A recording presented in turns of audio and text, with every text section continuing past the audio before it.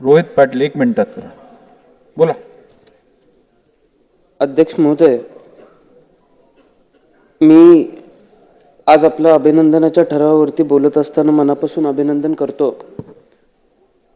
आज या देशाचं वेगळेपण टिकून आहे त्याचं कारण असं आहे की अनेक शाया या देशानं बघितल्या, पण लोकशाही अत्यंत महत्त्वाची शाही या देशाच्या वाट्याला आली आणि संबंध जगामध्ये आपलं देश स्वतःचं वेगळेपण टिकवू शकला, वेगळेपण निर्माण करू शकला.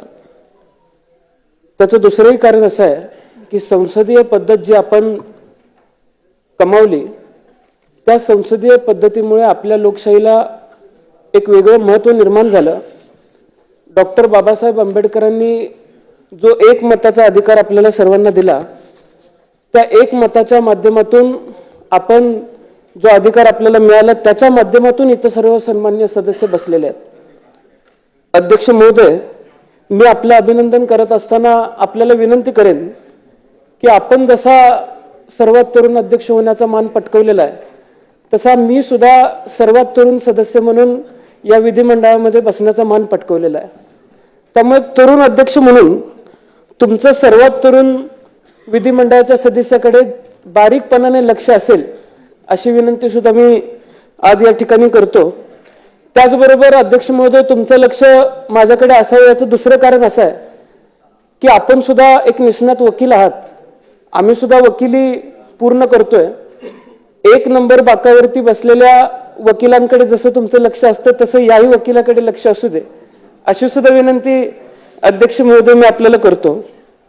अगदी या सदनाची आपण इतिहास बघितला तर डॉक्टर स्वर्गीय मावळकर साहेब असतील यांनी 1937 साली पहिल्यांदा अध्यक्षपद भूषवलं आणि त्याच्यानंतर त्यांनी चांगलं काम केलं म्हणून लोकसभेचं अध्यक्षपद भूषवण्याची संधी सुद्धा त्यांना मिळाली.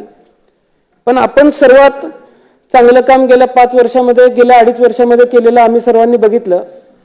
त्यामुळं परंपरेप्रमाणे फडणवीस साहेब, आपण सुद्धा अध्यक्ष महोदयांना दिल्लीला पाठवायला काही हरकत नव्हती अशी सुद्धा विनंती मी आज या ठिकाणी करतो.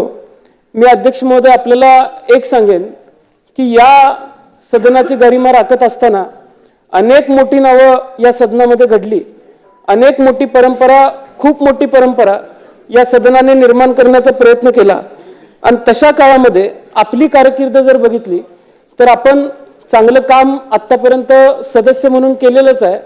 पण या पुढच्या काळामध्ये सुद्धा विरोधी पक्षावरती आपलं लक्ष असेल. विरोधी पक्षाच्या माध्यमातून सर्वसामान्यांच्या हिताच्या ज्या मागण्या येतील त्या मागण्या आपण मान्य कराल, पूर्ण कराल. आमच्या मागण्या लक्षामध्ये घेत आपण आम्हाला सुद्धा न्याय द्याल अशी विनंती मी सुद्धा या ठिकाणी करतो.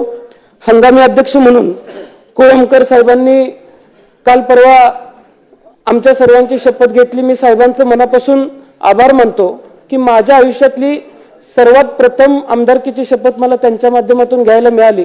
त्याबद्दल सुद्धा मी साहेबांचं मनापासून आभार मानतो. आदरणीय फडणवीस साहेबांचं सुद्धा मी मनापासून अभिनंदन करतो. फडणवीस साहेब, संत तुकारामांच्या वाणीतून एक अभंग आलेला आहे की अमृताहुनी गोड तुझे नामदेवा.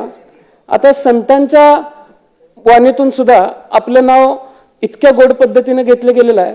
त्यामुळं पुढच्या काळामध्ये काम करत असताना तुम्ही विरोधी पक्षाला गोड पद्धतीची वागणूकच द्याल अशी विनंती सुद्धा मी आज या ठिकाणी आपल्याला करतो. आणि फडणवीस साहेब, अमृताहुनी गोड मी मुद्दामच म्हणलं कारण पुराणामध्ये सुद्धा अमृताला एक वेगळं महत्व होतं आणि आजही अगदी मी आपल्याला फडणवीस साहेब विनंती करेन की विरोधी पक्षाला सुद्धा आपण सहकार्य कराल. आदरणीय शिंदे साहेब असतील, आदरणीय अजितदादा असतील, सन्माननीय सदस्य असतील, यांचं सुद्धा मी मनापासून अभिनंदन करतो. आणि येत्या काळामध्ये अध्यक्ष महाराज, माझी आपल्याला विनंती असणार आहे की अनेक लोकांशी चर्चा केल्यानंतर वेगवेगळ्या ज्या समित्या गठीत होतात त्या समित्यांच्या माध्यमातून चांगलं कामकाज या सदनामध्ये व्हावं अशी सुद्धा विनंती मी आपल्याला करतो. कारण अनेक आमदारांकडून, अनेक सदस्यांकडून असं आम्हाला ऐकायला मिळालं की जी आश्वासनं अधिवेशनाच्या दरम्यान दिली गेली त्या आश्वासनांची पूर्तता होत नाही. त्यामुळे आश्वासन समिती असेल किंवा इतर समित्या असतील याचं सुद्धा आपण चांगल्या पद्धतीने वचक त्यावरती ठेवावा आणि त्या माध्यमातून सन्मान्य सदस्यांना न्याय देण्याची भूमिका आपण सर्वांनी घ्यावी. चांगले कायदे या सदनामध्ये तयार व्हावेत. एक तरुण म्हणून माझी अपेक्षा असणार आहे की तरुणांना अभिप्रेत असलेला हा राज्य उद्या नवमहाराष्ट्र म्हणून घडत असताना आपण उद्याच्या राज्याला अभिप्रेत असलेले आणि 21व्या शतकाला अभिप्रेत असलेले कायदेच या विधिमंडळामध्ये तयार व्हावेत आणि या सर्व पुढच्या पिढीला न्याय देण्याची भूमिका या विधिमंडळाने घ्यावी एवढीच विनंती मी आपल्या सर्वांसमोर आज या ठिकाणी करतो आणि पुन्हा एकदा अध्यक्ष महोदय मी मनापासून आपलं अभिनंदन करतो. धन्यवाद. देश विदेशातील प्रत्येक घडामोडींचे लाईव्ह अपडेट मिळवण्यासाठी आता साम टीव्हीच्या सर्व सोशल मीडिया प्लॅटफॉर्मला लाईक, फॉलो आणि सबस्क्राईब करा. तसंच सर्व नोटिफिकेशनसाठी बेल आयकॉन प्रेस करायला विसरू नका.